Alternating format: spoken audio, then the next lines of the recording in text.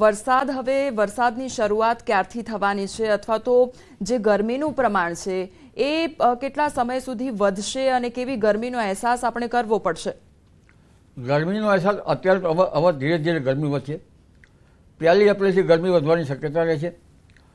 મધ્ય ગુજરાતમાં ભાગોમાં તો મહત્તમ ઉષ્ણતામાન 43-43 ડિગ્રી સેલ્સિયસ જેવું થઈ જવાની શક્યતા રહે છે.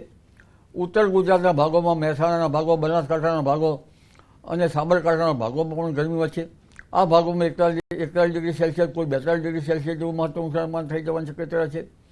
પંચમહાલના ભાગોમાં પણ 42 ડિગ્રી સેલ્સિયસ જેવું થઈ જવાની શક્યતા રહે છે. કચ્છના ભાગોમાં પણ 41 ડિગ્રી સેલ્સિયસ જેવું મહત્તમ ઉષ્ણતામાન થઈ જવાની શક્યતા રહે છે. અને રાજકોટના ભાગોમાં મહત્તમ ઉષ્ણતામાન વધી શકે છે.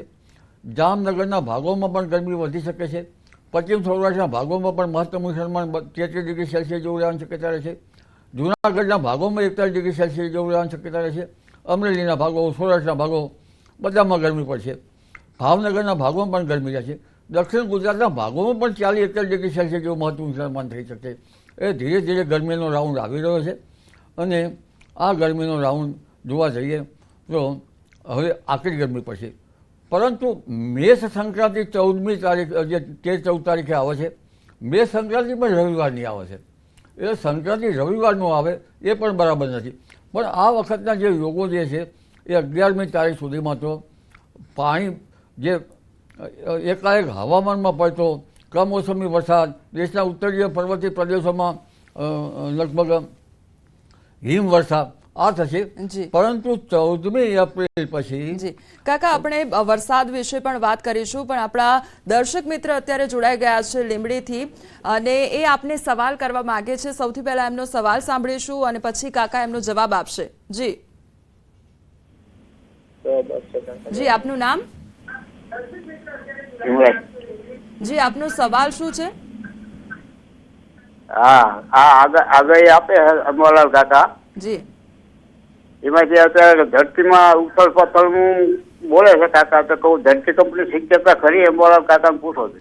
ધરતી કંપ વિશે મારાથી ના કહી શકાય.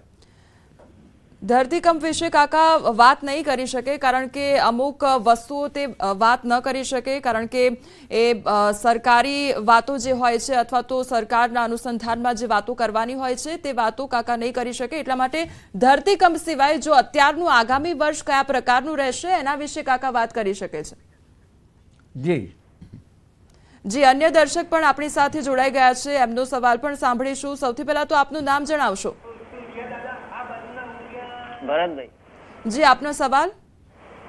આપણે અંબાલાલને એ જ કેવું કે વરસાદ ક્યારે સુધી પડશે મેડમ? જી કાકા, હમણાં એ જ વાત કરી રહ્યા હતા, એટલે કાકા આપણે એ જ વાત કન્ટિન્યુ કરીશું કે હવે આગામી સમયમાં વરસાદ ક્યારે પડશે અને શું ચોમાસું વહેલું આવશે? હમણાં તો 11મી તારીખ સુધીમાં તો માવઠાના સંજોગો છે જ ઘણા ભાગમાં, છાંટાના સંજોગો છે, વાદળવાયુના સંજોગો છે. પણ આ એપ્રિલ માસ છે એ લગભગ પવનના તોફાનો, વાદળવાયુ અને લગભગ સખ્ત ધૂળની ડમરી ઉડવી એ આ એપ્રિલ માસમાં વધારે રહેવાની શક્યતા છે. પણ વરસાદ માગે જોવા જઈએ તો આ વખતે વરસાદ મેઘ બરાબર બન્યા નથી.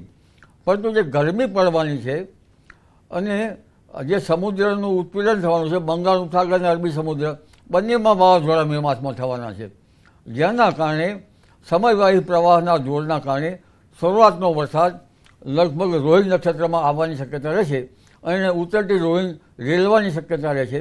એટલે ગરમીની શરૂઆતમાં સમયવાહી પ્રવાહના કારણે આ વખતે ચોમાસાનો વરસાદ, પહેલો વરસાદ વહેલો આવવાની શક્યતા રહેશે. ભલે મેઘગર્ભ ન બન્યો હોય. જી કાકા, એટલે આ વખતે ચોમાસું ક્યાંક વહેલું જોવા મળી રહ્યું છે અને આગામી સમયમાં વરસાદની શક્યતાઓ પણ વ્યક્ત કરવામાં આવી રહી છે. એટલે ખેડૂતો માટે આવનારું વર્ષ કેવું રહેશે તેના વિશે પણ વાત કરીશું, પરંતુ હાલ રોકાઈશું એક બ્રેક માટે.